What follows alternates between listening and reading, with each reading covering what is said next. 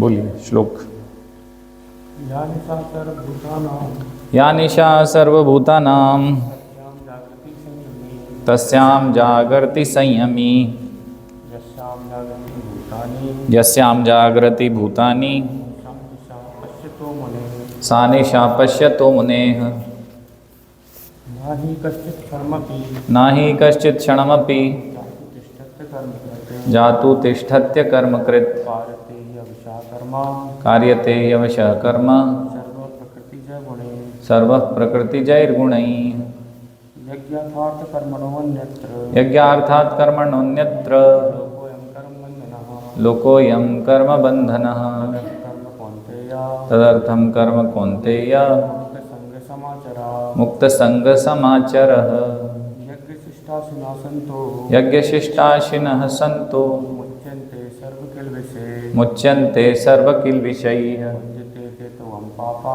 भुञ्जते ते त्वघं पापा ये पचन्ते आत्मकारणात् ये पचन्त्यात्मकारणात् यद्यत् आचरति श्रेष्ठस्य यद्यदाचरति श्रेष्ठस् तत्तत् एवेतरो जनाः तत्तदेवेतरो जनः स यत् प्रमाणं कुरुते स यत्प्रमाणं कुरुते लोकस्तदनुवर्तते लोकस्तदनुवर्तते प्रकृते क्रियमाणानि प्रकृते क्रियमाणानि गुणे कर्माणि सर्वशः गुणैः कर्माणि सर्वशः अहङ्कारविमूढात्मा अहङ्कारविमूढात्मा कर्ताहमिति मन्यते कर्ताहमिति मन्यते श्रेयान् स्वधर्मो विगुणः श्रेयान् स्वधर्मो विगुणः परधर्मात् सुअनुष्ठितात् परधर्मात् स्वनुष्ठितात् स्वधर्मे निधनं श्रेयः स्वधर्मे निधनं श्रेयः परधर्मो भयावहः परधर्मो भयावहः।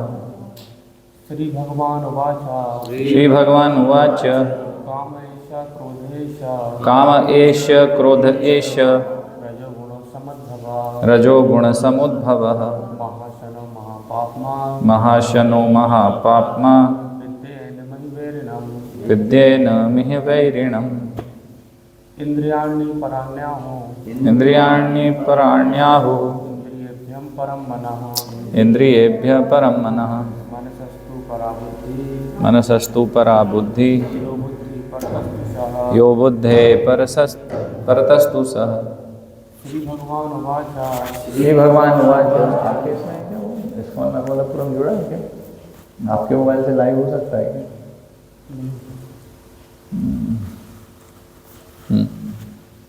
बोलिए। श्रीभगवानुवाच श्री भगवान उवाच। क्या था? कामेश क्रोधेश बोल दिया आपने मुझे। इमं विवस्वते योगम इमं विवस्वते योगम् इमं विवस्वते योगम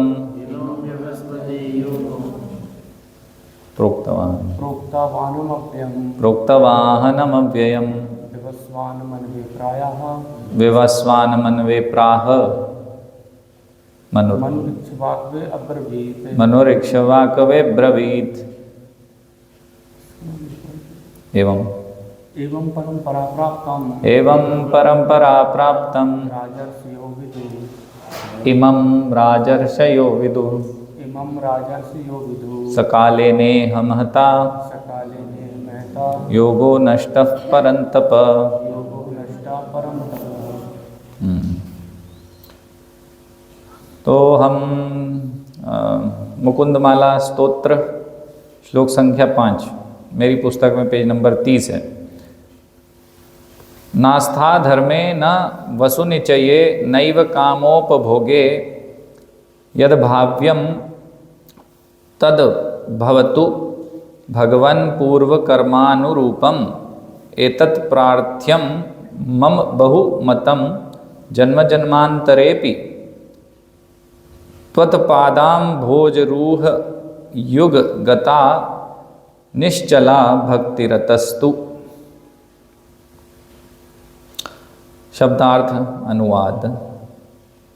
शब्दार्थ ना नहीं आस्था विशेषादर धर्मे धर्म में ना नाही वसु संपत्ति के निचये संग्रह हेतु न एव नाही नाही काम उपभोगे भोगे इंद्रिय भोग के लिए इंद्रिय भोग के लिए यत यत जो भी जो भी भाव्यम भाव्यम अपरिहार्य अपरिहार्य तत् तत् वह वह भवतु भवतु घटित हो घटित हो भगवन हे भगवान पूर्व विगत विगत कर्म मेरे कर्म मेरे अनुरूपम अनुरूपम के अनुसार के अनुसार एतत् एक यह यह प्रार्थ्यम प्रार्थ्यम प्रार्थनीय प्रार्थनीय मम मम मेरे द्वारा मेरे द्वारा बहुमतम बहुमतम अत्यंत वांछित अत्यंत वांछित जन्म जन्म जन्म जन्म प्रत्येक जन्म प्रत्येक जन्म अंतरे अंतरे में में अपि भी भी त्वत् तत् आपके आपके पाद अम्भोरुह पाद अनुभव चरण कमलों के चरण कमलों के युग योग दोनों दोनों गता शरण लेकर शरण लेकर निश्चला निश्चला अचल अचल भक्ति ही भक्ति ही भक्ति भक्ति अस्तु अस्तु हो। अनुवाद। हे प्रभु, मेरी अनुरक्ति ना तो धर्म में है, ना ही धन संचय करने में, और ना ही इंद्रिय तृप्ति में। ये सब मेरे विगत कर्मों के अनुसार अनिवार्यतः आते हैं तो आए हैं, किंतु मैं इस अत्यंत मनवांछित वरदान के लिए प्रार्थना करता हूँ कि जन्म जन्मांतर आप मुझे अपने दोनों चरण कमलों की अचल भक्ति संपन्न करने दें। ये सब राजा कुलशेखर है ना, तो ये शुद्ध भक्त हैं, तो ये सब शास्त्र के अनुरूप ही बोलेंगे। अभी क्या कह रहे हैं कि ना तो मेरी अनुरक्ति धर्म में है, भगवान का शुद्ध भक्त धर्म नहीं जानता। क्यों नहीं जानता? धर्म पालन नहीं करता क्या शुद्ध भक्त? लेकिन वो शास्त्र से ही बोल रहे हैं कि मैं कोई धर्म नहीं जानता। तो शुद्ध भक्त धर्म नहीं जानता, बताओ। जबकि होना ये चाहिए कि शुद्ध भक्त से अच्छा धर्म कोई जानता नहीं है। तो ऐसा क्यों बोल रहे हैं कि मैं धर्म वर्म मुझे नहीं मालूम, मेरा कोई धर्म से सरोकार नहीं है? क्योंकि ये तो भगवान की इच्छा है ना। भगवान बोलते सर्वधर्मान परित्यज्य, सारे धर्म छोड़ दो, सबसे पहले मुझे वोट दो। तो भगवान यही बोलते हैं ना कि सारे धर्म छोड़ो और मेरे पास आ जाओ। तुम्हारा हिंदू मुस्लिम सिख ईसाई आपस में हो, बिल्कुल भी नहीं भाई भाई। तो ये सब छोड़ो, ये धर्म छोड़ो, जो भी धर्म है। लोग कहते भैया ये क्या परिवार क्या ऊपर से टपका है, कहाँ से आया? तो भगवान ने ही तो दिया है ना, तो इनका लालन पालन करना ही तो मेरा परम कर्तव्य धर्म है। ये धर्म नहीं है क्या? ये आपकी पुस्तक, और इनके लालन पालन करने की वजह से क्या है कि आपकी पुस्तक पढ़ने का मेरे पास समय नहीं है। भगवत गीता कहाँ से पढ़ूँ मैं? उनको लगता आपकी पुस्तक। ये सबकी है, हर जीव के लिए है ये पुस्तक। उनका जन्म सिद्ध अधिकार है, इसको पढ़ना चाहिए। जैसे कि क्या कहते हैं कि वो क्या स्वराज क्या है मेरा जन्म सिद्ध अधिकार? हाँ, जो भी है ये वास्तविक जन्म सिद्ध अधिकार है कि हमको भगवत गीता पढ़नी चाहिए, आनी चाहिए, पता होना चाहिए। तो गलत फहमी के शिकार हैं, वो कुछ भी अपने मन से अपना जन्म सिद्ध अधिकार सोच लेते हैं। वो जन्म सिद्ध अधिकार केवल एकमात्र है भगवान की शुद्ध भक्ति, कृष्ण के चरण। जैसे यहाँ पर राजा कुलशेखर बोल रहे हैं कुछ नहीं चाहिए, सारे धर्म मुझे कोई मतलब नहीं कोई धर्म से, क्योंकि भगवान की इच्छा है ना। भगवान बोलते हैं कि सारे धर्म से मतलब मत रखो, केवल मुझसे मतलब रखो। और भगवान का शुद्ध भक्त तो बस जो भगवान ने बोला वही करना है। क्यों? क्योंकि भगवान से प्रेम करता है, और जो प्रेम करता है वो 100% सरेंडर रहता है उस व्यक्ति को। और तू बोले तो जान भी दे दूँ, तो ऐसा है। बोले आपने बोला तो धर्म वर्म मुझे नहीं मालूम क्या है, आपसे खत्म। बस आपकी सेवा मेरा धर्म है, आपको प्रसन्न करना। आप प्रसन्न हो ना, आप बोलते हो कि भाई मेरे को सारे धर्म छोड़ के आपकी शरण ग्रहण करना है, ये लो मैं आ गया। अब आप प्रसन्न हुए कि नहीं हुए बताओ? इसके बाद भी नहीं हो तो और क्या करना है बोलो? तो ये प्रेम की परिभाषा है, इस प्रकार से व्यवहार होता है प्रेम में। उसमें शर्तें नहीं होती। शर्तें और नियम तो भौतिक जगत में होती है, दिखाते एडवर्टाइज बहुत अच्छा है, नीचे कंडीशन अप्लाई धीरे से। इंश्योरेंस लेता है आदमी, मालूम है?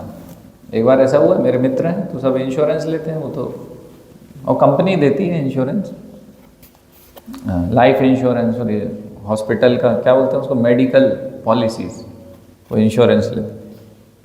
तो कंपनी लिखती है कि आपको हार्ट प्रॉब्लम हो, लंग प्रॉब्लम हो, कुछ भी दिक्कत हो, लीवर किडनी, हम बदला के देंगे, नया लगवाएंगे आपको। जो भी स्पेयर पार्ट आपका दिक्कत देगा हमारी गारंटी है, इंश्योरेंस होता है। तो भाई उसको हुई कुछ तकलीफ हुई, प्रॉब्लम हुआ, अस्पताल में भर्ती हुए, तो उनने कहा भैया मैं तो पॉलिसी है मेरे पास, तो कोई दिक्कत ही नहीं। और पॉलिसी लगाई उनने, तो पॉलिसी वाले ने बोला कि भैया वो नीचे तुमने पढ़ा नहीं था कंडीशन अप्लाई, उसमें ये भी तो लिखा था, ये भी तो लिखा था। बोले इसलिए कुछ नहीं मिलेगा। बोले वो कंडीशन लिखी थी ना जो छुपी हुई, तो उसकी वजह से ये जो भी बोला था उसमें से कुछ नहीं मिल पाएगा। कुछ था उसमें, वो लिख देते हैं कि भैया ऐसा हुआ तो नहीं मिलेगा, ऐसा हुआ तो नहीं मिलेगा, पीछे लिखते हैं छुपा हुआ। तो हम सब ऐसे भक्ति करते हैं, मतलब एक प्रकार से वो उसको लगा रहे यार चीटिंग कर दी मेरे साथ। तो हमारी कैसी भक्ति चल रही है, वो वैसी वाली चल रही है। सामने सामने क्या है कि भगवान आपको सब दूंगा, भगवान आपको पूरा शरणागत हो जाऊं, पीछे क्या है कंडीशन है। और जब भगवान देखते हैं अरे यार कंडीशन अप्लाई है, अरे चोट हो गई ऐसे, तो कंडीशन अप्लाई है। लेकिन यहाँ शुद्ध भक्त है, कोई कंडीशन अप्लाई नहीं, सब जैसा भगवान ने बोला वही बोल रहे हैं। मेरी अनुरक्ति ना तो धर्म में है ना धन संचय करने में। अब ये राजा हैं, ये कोई मामूली व्यक्ति नहीं है, इनके पास पहले से ही बहुत धन है, और जिसके पास धन रहता है उस धन को डबल तिबल चुगल कर सकता है, कई गुना कर सकता है, 100-200 गुना। और जिसके पास धन नहीं है वो बैठा रहता है अपने घर में, है ही नहीं तो क्या करना। तो धन की कमी नहीं है, और उस धन से वो बना सकते हैं और धन, लेकिन अभी कोई प्लानिंग नहीं है। अभी क्या होता है कि हमारे पास कुछ होता है नहीं, हम बहुत प्लानिंग करते हैं, ये करूँगा वो करूँगा, ऐसा करूँगा वैसा करूँगा, करोड़पति बन जाऊँगा, सपने मुंगेरी लाल के हसीन सपने। तो हम फंसे रहते उलझे रहते हैं, आज ये कल वो परसों वो, ऐसे करके अपना 100 साल का प्लानिंग बनाते हैं। प्लानिंग तो चलती नहीं है कुछ हमारी, अचानक से हम चले जाते हैं, है ना। तो धन संचय की भी अभिलाषा नहीं है, और जो है वो भी वो भगवान की सेवा में देना चाहते हैं और छोड़ना चाहते हैं वो धन, है ना। क्योंकि धन आ जाता है तो कहाँ इन्वेस्ट करूं, कहाँ रखूं, बहुत टेंशन नहीं आती धन आने से भी, वो भक्ति प्रभावित हो जाती है। और फिर बोल रहे हैं कि और ना ही इंद्रिय तृप्ति में अनुरक्ति नहीं है, जबकि इंद्रिय तृप्ति की सारी वस्तुएं उनके पास है। हम तो जैसे चर्चा करेंगे, हमारी तो अभिलाषा है कि हम कुछ कमाएंगे, कुछ करेंगे, और फिर कभी फ्यूचर में इंद्रिय भोग करेंगे शायद, है ना, अच्छे से। हर व्यक्ति का दुनिया में यही तो सोच है, आने वाले समय में तो हम इंद्रिय भोग कर ही डालेंगे। इसलिए तो व्यक्ति लगा हुआ क्यों रहता है, आने वाला समय अच्छा होगा देखना, है ना। हम भी अभी सड़क पे घूम रहे हैं लेकिन कलेक्टर बन जाएंगे, और लोग हमें देखेंगे फिर ऐसे, ओ कलेक्टर साहब। तो इस उम्मीद में व्यक्ति घूम रहा है, मतलब बड़ा आदमी कुछ बन जाऊंगा मैं और कुछ इंद्रिय भोग कर ही लूंगा। आज दिन खराब है, आज हमारे सितारे गर्दिश में हैं, गर्दिश में हो तारे ना घबराना, प्यारे, आगे तो आएगा अच्छा समय हमारा, है ना, क्या मेरा समय भी आएगा। तो बस वही एक मोग आशा मतलब कि जो वास्तव में उसमें कोई दम नहीं है, वो आशा लेके ज़बरदस्ती घूम रहे हैं, है ना। और आशा निराशा में बदल जाती है, जब मृत्यु आती सब ले जाती है, वो आशा भी ले जाती है।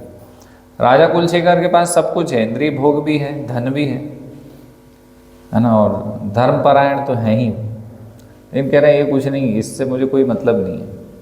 किससे मतलब है ना, इस सब से मतलब नहीं होना वो भी ठीक है, बहुत सारे लोगों को मतलब नहीं होता, लेकिन मतलब किससे है फिर, वो भी महत्वपूर्ण है। तो बोल रहे हैं कि ये सब मेरे विगत कर्मों के अनुसार अनिवार्यता आते हैं तो आए। भाई एक किसी परिवार में मैं पैदा हुआ तो उसका कुछ जो धन था वो मुझे मिल गया, संपत्ति, घर परिवार, जो भी खेत खलियान थे, घर था, प्रॉपर्टी थी, वो मिल गई जन्म के कारण। और जिस धर्म में वो, जिस तथाकथित धर्म मतलब हिंदू मुस्लिम जिस परिवार में पैदा हुआ वो पालन करने लग गया मैं, तो ये तो स्वतः जन्म से मिला है मुझे। किंतु मैं इस अत्यंत मनवांछित वरदान के लिए प्रार्थना करता हूँ। तो अब बता रहे कि किसके लिए प्रार्थना करता हूँ, कि जन्म जन्मांतर आप मुझे अपने दोनों चरण कमलों की अचल भक्ति संपन्न करने दें। तो ये अनुग्रह, ये अभिलाषा है कि जन्म जन्मांतर तक आपके दोनों चरणों की अचल भक्ति मुझे प्राप्त हो, यह अभिलाषा है, ये वास्तविक अभिलाषा है जो भक्त करते हैं। और कुछ नहीं मांगते भगवान से, भगवान को बिल्कुल परेशान नहीं करते, बल्कि भगवान की परेशानियां दूर करना चाहते हैं। ये भक्ति है, इसको शुद्ध भक्ति कहते हैं, है ना। हम क्या करेंगे भगवान के लिए, लेकिन भक्त ऐसे हैं कि भगवान आपको क्या तकलीफ है, आपकी तकलीफ दूर होनी चाहिए, है ना। जैसे हम वो कथा सुनते हैं ना, सबने ही सुनी है, बार बार क्या रिपीट करें। गोपियों ने अपने चरणों की धूल दे दी कि कृष्ण का सिर दुख रहा है तो ठीक हो जाए। तो गोपियों की क्या अभिलाषा है, उनको क्या चाहिए, जो घर में है ठीक है, गोबर ओबर हटाना है और झाड़ू पोछा करना है ना, पनघट से पानी भर के लाना है, और ये सब अपने घरेलू कार्य में व्यस्त है। वो ठीक है, गाय से दूध लिया, दूध से जो भी बना वो सब खा पी लिया, पर्याप्त है, जो भी है वो ठीक। उनकी अभिलाषा नहीं है कि बहुत, इसमें से क्या अभिलाषा है, धर्म पालन करने की अभिलाषा है गोपियों की। धर्म तो तोड़ दिया उन्होंने भगवान के लिए, है ना। परपुरुष है ना कृष्ण तो, लेकिन कृष्ण की प्रसन्नता के लिए जो इच्छा थी कृष्ण की वो किया। फिर धन संचय, धन की कोई अभिलाषा थी क्या उनकी, कुछ नहीं।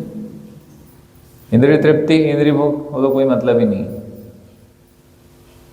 घर परिवार से ही मतलब नहीं है, स्वयं के देह से ही मतलब नहीं है, स्वयं की इंद्रियों से ही मतलब नहीं है, तो क्या इंद्रिय भोग की अभिलाषा।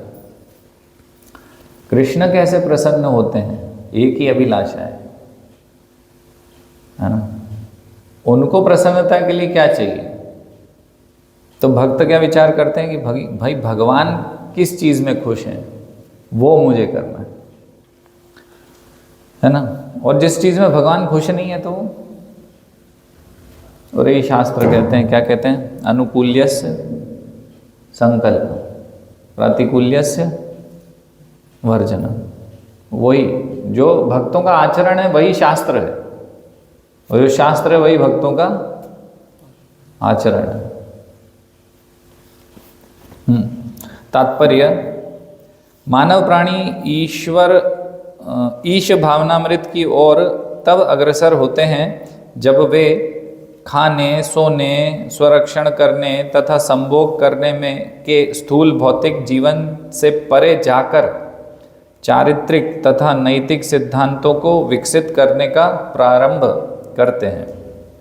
ये सिद्धांत और आगे विकसित होकर धार्मिक चेतना में परिणत होते हैं, जिनसे सत्य की किसी व्यवहारिक अनुभूति के बिना ईश्वर की काल्पनिक अनुभूति होती है। ईश भावनामृत की ये अवस्थाएं धार्मिकता कहलाती हैं और यह धर्म विविध स्तरों की भौतिक संपन्नता का वचन देता है। धार्मिकता की इस अवधारणा को विकसित करने वाले लोग अनेक यज्ञ करते हैं, दान देते हैं और नाना प्रकार की तपस्या करते हैं। इन सब का उद्देश्य भौतिक संपन्नता का पारितोषिक प्राप्त करना होता है, कर्मकांड। ऐसे तथाकथित धार्मिक लोगों का चरम लक्ष्य तरह तरह से इंद्रिय तृप्ति करना रहता है। इंद्रिय तृप्ति के लिए भौतिक संपन्नता अनिवार्य है, इसलिए वे अनेक धार्मिक अनुष्ठान करते हैं जिनका उद्देश्य भौतिक नाम, यश तथा लाभ का प्रतिफल पाना होता है। तो यज्ञ इत्यादि करना जिससे कि कुछ भौतिक लाभ हो। तो ये क्या है? कर्मकांड, शास्त्रों में वर्णन कि कुछ उद्देश्य से शास्त्र के विधि विधानों का पालन करना। किंतु वास्तविक धर्म, अच्छा ये उससे संबंधित है, धर्म अर्थ, धर्म से अर्थ कमाना, काम, फिर इच्छाएं पूरी करना उससे, और फिर मोक्ष, है ना। अब मोक्ष तो पता नहीं उसमें लक्ष्य होता भी है कि नहीं, लेकिन हाँ ये धर्म अर्थ काम, ऐसे लोग जो कर्मकांड करके कुछ लाभ, इंद्रिय तृप्ति, भोग करना चाहते हैं। तो ये तीन चीज़ें तो समझ रहे हो कि धर्म से फिर वो इंद्रिय तृप्ति मिले। किंतु वास्तविक धर्म इससे सर्वथा भिन्न है। संस्कृत भाषा में ऐसे वास्तविक धर्म का अर्थ है जीव का अनिवार्य गुण। धर्म यानी कि जीव का अनिवार्य गुण।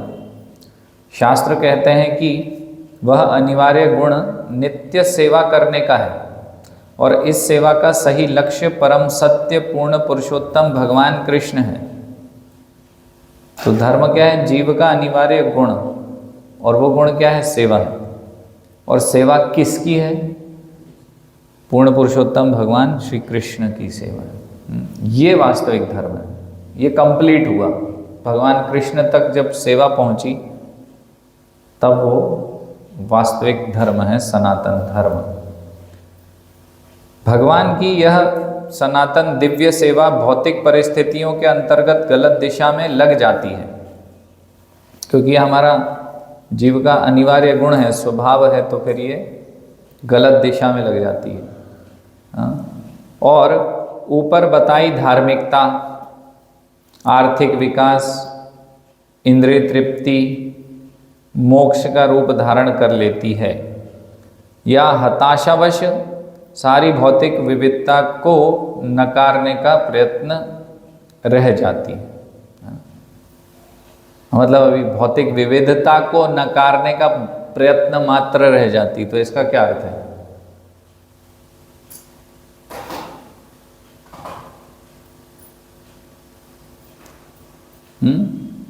समझ पा रहे?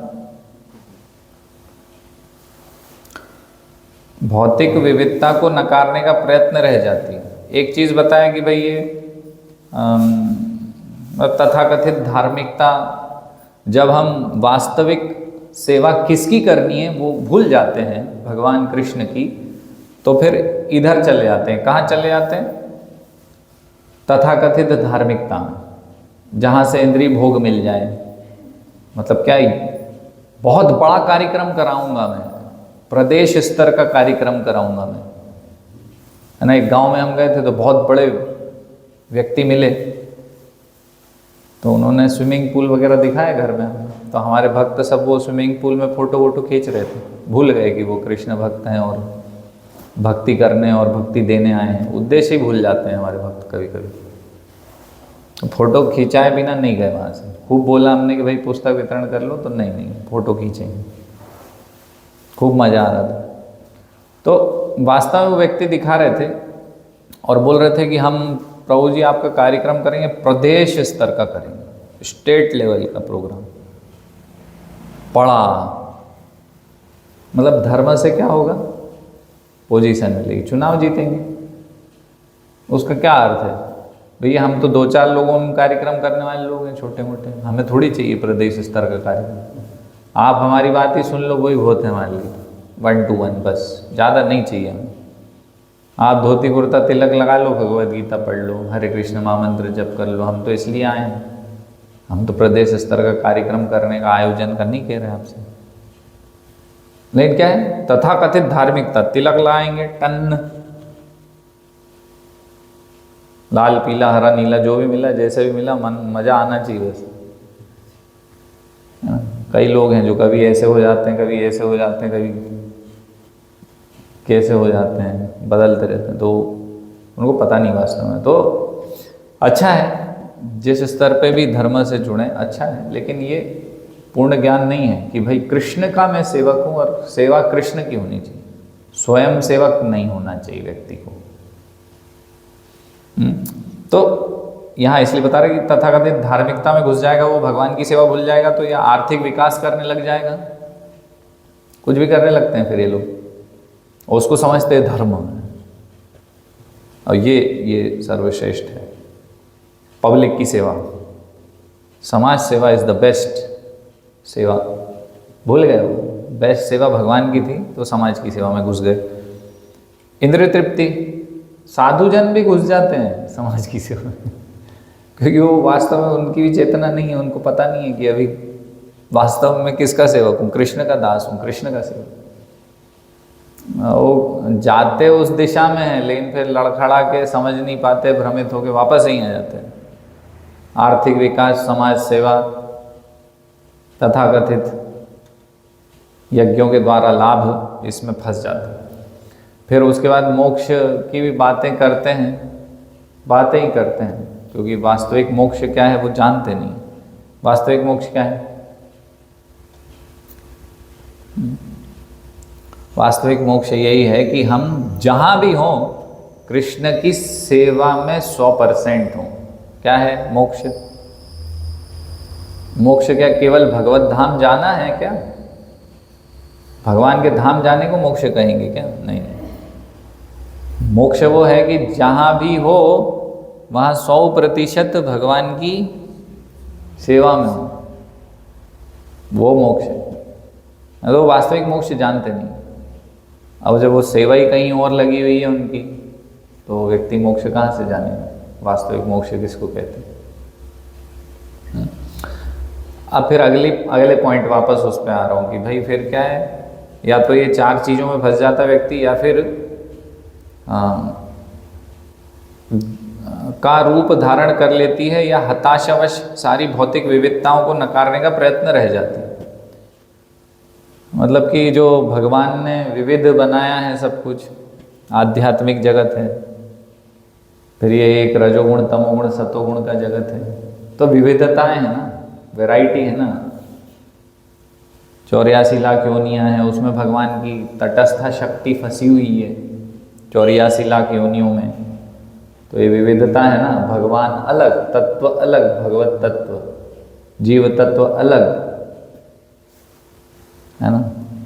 तो ये विविधताएं हैं, ये है ना। हम भगवान के सेवक हैं,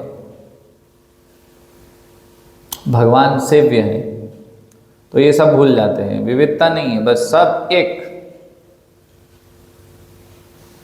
नो वैरायटी, सब वो तो सब एक है यार, सबका मालिक एक और वो मालिक नहीं,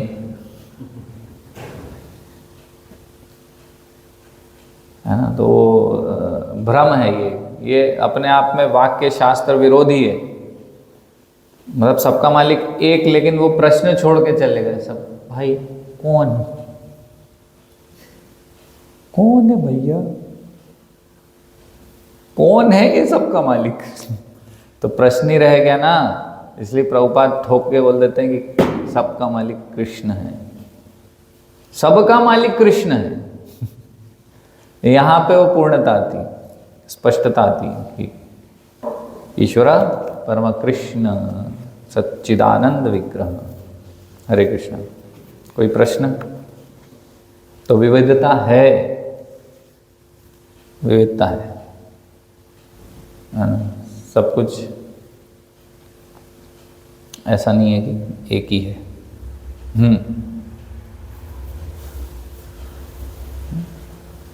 हो गया, कोई प्रश्न नहीं? ठीक है, श्रील प्रभुपाद की जय। हरे कृष्ण।